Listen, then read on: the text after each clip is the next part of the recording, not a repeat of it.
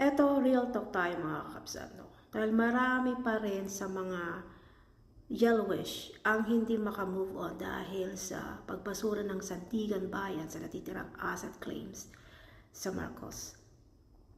40 years na ang nakalipas. Bakit hindi nyo maibaon-baon? Kahit hindi nyo ibaon sa limot, let's move on. 40 years is enough. What else could you ask for?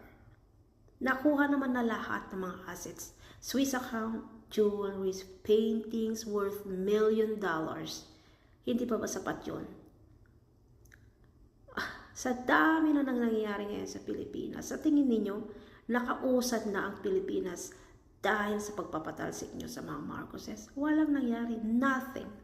Mas lalo tayong lumubog sa utang, lalo tayong naghirap, lalo tayong nabaon sa...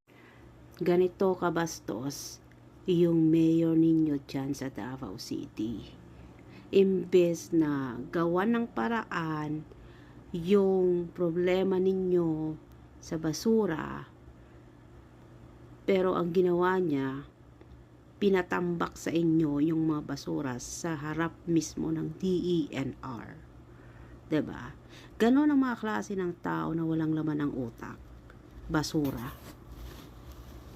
Kaya basura din ang solusyon niya sa mga problema ninyo dyan sa Davao. Kaya hindi na magtataka yung mga tao kung pati mga langaw, bangaw, o kahit ano pang klase ng insekto mag-migrate na dyan sa Davao City dahil sa sobrang dumi at basura na nagkalat dyan sa inyo.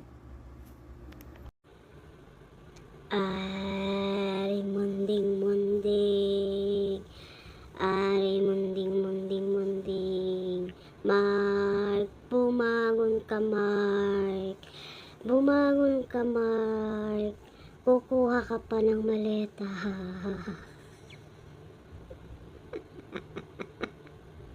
Bumangon ka Mark, kailangan mo kumuha Mark ng maleta. Aling. Tito Soto, Erwin Tulfo, nakakuha daw ng cash, nag-deliver daw itong mga 18 Marines sa kanila. Alam niyo guys, pagtatawanan lang kayo ng mga tao dahil dyan sa mga palabas ninyo dyan sa Senado. Sa tingin nyo kaya maniniwala pa ang mga taong bayan sa lahat ng mga pinagsasabi ninyo dyan ngayon? Itong mga 18 Marines na to na kung ewan kung saan sila pinagdadadampot. Grabe yung ano nila, no? Grabe yung pakulo nila na parang hindi sila natatakot sa pwedeng mangyari dahil sa kanilang pinaggagawa. Do not padlock the Senate. Wow, galing pa talaga sa'yo, no? Ang katagangyang padlock. Based on your experience ba yan, Kawatano? Dahil alam mo, gawain mo yan nung nasa House of Representatives ka ba? Diba, ayaw mo mang bitawan, kaya mo pinadlock yung Kongreso nung ikaw ang speaker dahil ayaw mong bitawan, ayaw mong umalis sa posisyon, diba? Ngayon ipapananggalang mo etong mga Filipino. Sinong Filipino tinutukoy mo? Gusto ka nga namin bumaba sa pwesto mo ngayon dahil wala kang kwenta.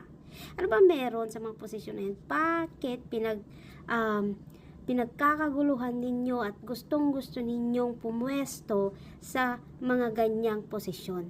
Ano bang meron? Hindi mo nga na gagawa yung mula nung nandyan ka sa posisyon na yan, puro kamalasan ang inabot ng Senado.